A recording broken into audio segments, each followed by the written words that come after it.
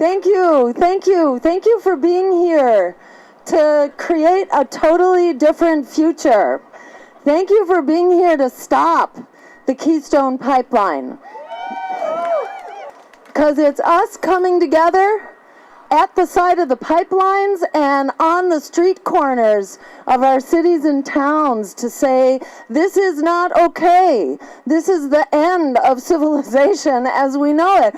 Because the Keystone Pipeline would unleash as much fossil fuels as we have burned for the entire period of industrial civilization. It would basically double our carbon output, and we're already kind of teetering on the brink. So we have to make it clear to our misleadership, because they're not leading us, they're misleading us. We have to make it clear to them that this is not okay. We don't have a future going forward with the Keystone Pipeline and the Alberta tar sands. So we're going to stop it, and thank you for being here to make it so. Some 300, some almost 400 people were arrested at the White House, and that is just the beginning. There are some 70 or 80,000 people who've already committed to laying their bodies down to stop the Keystone Pipeline from going forward.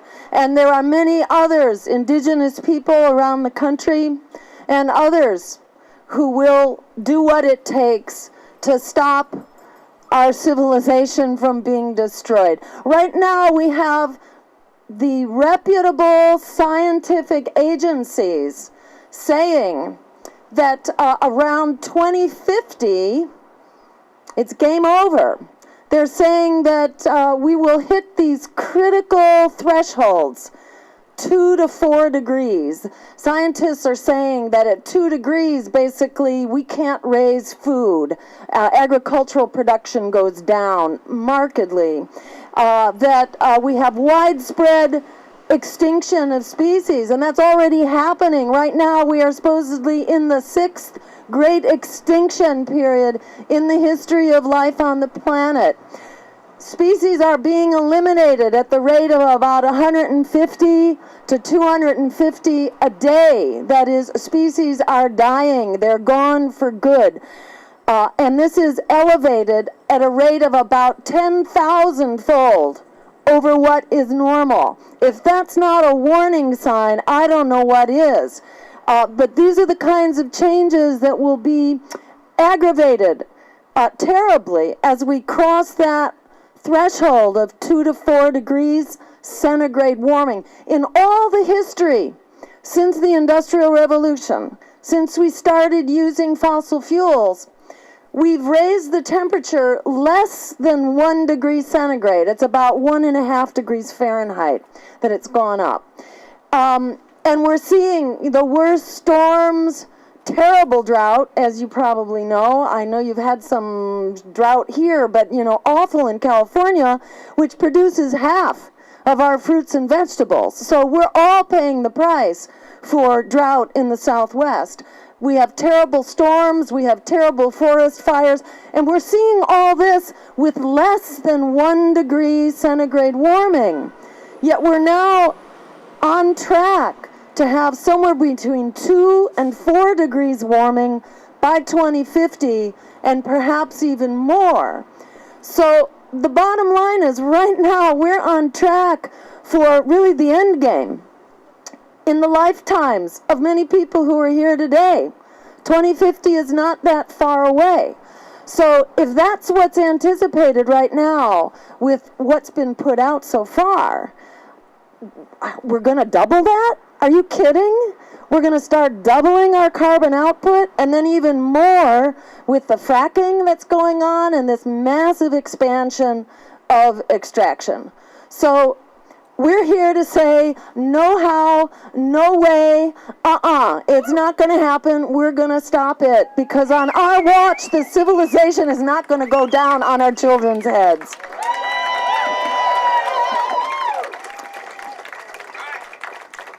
So it's really exciting, I think, that people are waking up widely. People are waking up to the fact that this is a crisis, and the fact that the powers that be, business as usual, the establishment political parties and politicians are not going to do it for us. We're going to have to force them to do it ourselves, and we're going to do that. What's really exciting to me is that we're not only waking up, but we're coming together. And we're coming together across movements, because it's been a game of divide and conquer. So it's not only the climate that's been commodified and that's been sold off to the highest bidder. It's also our jobs. You know, it's the Trans-Pacific Partnership that's been sending our jobs overseas. It's going to destroy our climate and our health care and our democracy, as well as, you know, our energy system. So it's jobs, it's climate, it's health care, it's education, it's student debt, which is absolutely unforgivable, it's housing, it's the treating of a basic human necessity as a commodity to be exploited. And people are starting to come together to say, that's not okay, and we're not going to allow it, and the way we're going to stop it is by coming together as a movement for people, planet, and peace over profit. All together, we can stop the predators.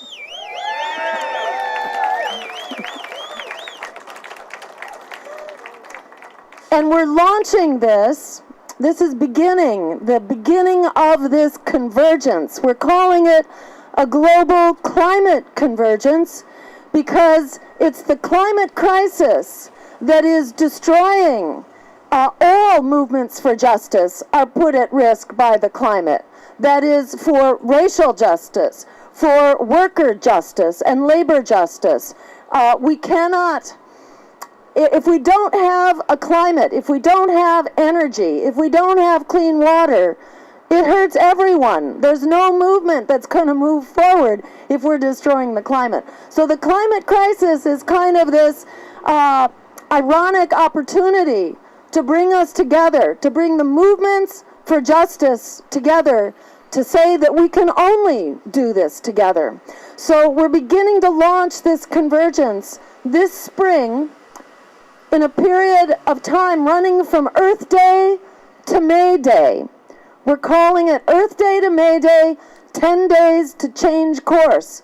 A wave of action between that time. And it can be as simple as the climate community coming out to support May Day, to support workers, to support immigrant rights, who are also being devastated by this predatory political system and economic system that we're living in. So it's about us in the climate movement coming over to support labor, and at the same time it's about labor coming over to support the climate movement. Because the solution is not jobs that make workers sick, that make communities sick, that poison our air and our water. The solution is creating jobs that we need right now that pay good living wages while creating healthy communities, a healthy economy, and a healthy energy system. We deserve no less than that.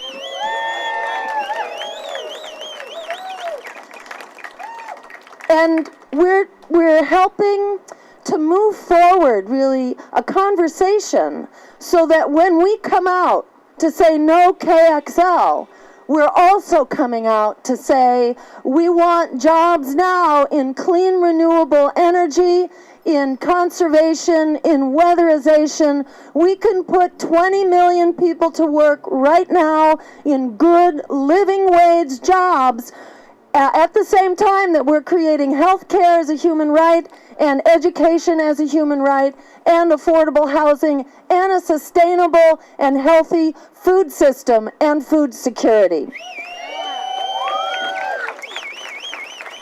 we don't get to a good future on one issue alone. And likewise, we don't get to progress if we are divided and conquered. As one issue struggles, we're never going to get to critical mass. But you know what? Half of America right now is either in poverty or low income and heading for poverty, getting lower every day. That's 1 out of every 2 Americans. 39 million students and recent graduates are in debt because college is unaffordable and there are no jobs to pay back college debt with. 1 out of every 3 African Americans is held hostage by the prison industrial complex. You start adding those numbers up and you know what? You've got deep change that's waiting to happen. So this is the time, a time of environmental crisis and a time of economic crisis for us to get together and to insist not on some reforms around the margins, not on just some window dressing on a disaster that's really affecting every sector of society, every sector of life and the planet, but to really insist on transformational change. We need an emergency green economic transformation, a global Green New Deal. We need a Manhattan Project and a Marshall Plan all rolled into one. We've done it before. Let's do it now that we really need it and our future depends on it.